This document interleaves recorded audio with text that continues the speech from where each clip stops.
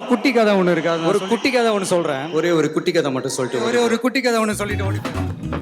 ஊட்டி போல அழகான மலைப்பிரதேசம் உள்ள ஊர் அது. அங்கு மதர் கின்லி வாழ்ந்து வந்தார். அவர் சில குழந்தைகளை தத்தெடுத்து வளர்த்தும் வந்தார். அவருக்கு பிறந்த நாள் கொண்டாட அந்த சிறுவர்கள் ஆசைப்பட்டார்கள். ஆகையால் அவருக்கு தெரியாமல் ஏதாவது செய்ய வேண்டும் என அவர்களுக்குள் பேசிக்கொண்டார்கள். மதர் கின்லி சில காலமாகவே சோகமாக இருந்தார். அதற்கு காரணம் அவர் வாழ்க்கையில் சில காலமாக நடந்த சில சோகமான நிகழ்வுகள் தான். அவர் ஆசையாக வளர்த்த மகள் ஒருவனை காதலித்து அங்கிருந்து சென்று விட்டார். அதன் பிறகு மதர் கின்லியை அவள் திரும்பி பார்க்கவில்லை.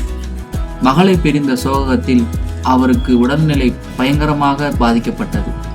ஒரு நாள் சோகத்தில் அடுப்பில் இருந்த விறகுகளை அணைக்க மறந்துவிட்டார். அதனால் அவரது வீடு மொத்தமாக இருந்து சாம்பலானது. அதன் பிறகு குழந்தைகளுடன் ஆசிரமத்திலேயே தங்கினார். தான் ஆசையாக வளர்த்த மோக்லி என்ற நாயை பராமரிக்க முடியாமல் போனது. அதனால் அது குளிரில் நடுங்கி உடல் விரைத்து இறந்து போனது. இது எல்லாவற்றையும் விட தன்னுடனே வைத்து வளர்த்து வந்த புசி என்ற பூனை திடீரென ஒரு நாள் வீட்டை விட்டு வெளியே சென்று விட்டது. எங்கு தேடியும் அது கிடைக்கவில்லை. பிறகு காட்டுக்குள் சில நாய்கள் அதை கடித்து கொன்று போட்டு விட்டதாக செய்திகள் வந்தன. தன்னுடன் யாரும் நிரந்தரமாய் இருக்க மாட்டார்கள் என முழு சோகத்தில் மூழ்கினார் மதர்.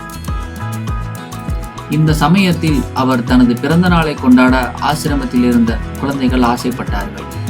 எல்லோரிடமும் சேர்த்து வைத்த காசு இருந்ததால் அவருக்கு என்ன தேவை என யோசித்து பேசி முடிவு செய்தார்கள். அப்போது டாம் மட்டும் பொருளாக இல்லாமல் மதரின் சந்தோஷம் திரும்ப கிடைக்க என்ன செய்யலாம் என யோசித்தான். மற்றவர்களிடம் இதை பற்றி சொன்னால் அதெல்லாம் இல்லை, நாங்கள் வாங்கி கொடுப்பதை பார்த்தே மதர் சந்தோஷமாக இருப்பார் என்றார்கள். அப்போது அங்கிருந்து இன்னொரு சிஸ்டரிடம் டாம் சென்று என்ன செய்யலாம் என்று சொல்ல அவர் ஒரு யோசனை கூறினார். மதர் கின்லியின் பிறந்த நாளுக்கும் நாட்கள் குறைவாக இருந்தது. அது இலையுதிர் காலம் வேறு. டாம் தினம் காட்டுக்குள் சென்று ஏதோ சாக்குப்பைக்குள் போட்டு சேர்த்து வந்தான். மற்றவர்கள் அவனிடம் அதற்குள் என்ன இருக்கிறது என்று கேட்க அது மதரின் சந்தோஷம் என்று பதிலளித்தான். யாருக்குமே ஒன்றும் புரியவில்லை. இன்னும் 100 தான் என சொல்லி சென்றான். ஒரு நாள் இவன் மரத்தடியில் துள்ளி குதித்து ஏதோ எண்ணுவதை மதர் கின்லி பார்த்தார். 25, 24, 23 என அவன் சத்தம் கேட்டது. ஏதோ விளையாடுகிறான் என மதர் அதை பெரிதாக எடுத்துக்கொள்ளவில்லை. மதர் கின்லி பிறந்த நாள் வந்தது. ஒவ்வொருவரும் தங்கள் பரிசு பொருட்களை கொடுக்க ஆரம்பித்தார்கள்.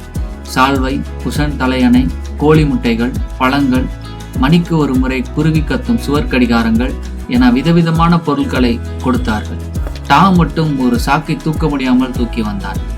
என்னடா இது என்று மதர் கேட்க 365 நாளும் நீங்கள் சந்தோஷமாக இருக்க எனது கிஃப்ட் என்றான். அந்த சாக்கை திறந்து பார்த்தால் உள்ளே காய்ந்து விழுந்த இலைகள்.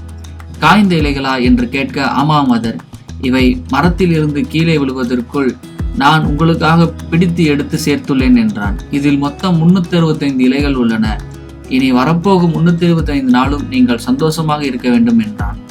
அவன் செய்தது வெகுளித்தனமாக இருந்தாலும் அவர்கள் நாட்டில் அப்படி காற்றில் மிதக்கும் இலைகளை இலையுதிர் காலத்தில் பிடித்தால் மகிழ்ச்சி பொங்கும், அதிர்ஷ்டம் கிடைக்கும் என பலவிதங்களில் முன்னோர்கள் கூறியுள்ளார்கள் என மதர் கின்லி தெரிவித்தார். டாமை கட்டி தழுவி முத்தமிட்டார் மதர். அவன் கொடுத்த இலைகளில் அதிர்ஷ்டம் இருந்ததா என்பது தெரியவில்லை. ஆனால் அவனின் அந்த செயலில் உண்மையான அன்பு நிறையவே இருந்தது. அதன் பின் வந்த நாட்களில் முன்பை விட கின்லி மகிழ்ச்சியாக இருந்தார். சந்தோஷமாக அவர் வாழ்க்கையை வாழ்ந்தார். மகிழ்ச்சி.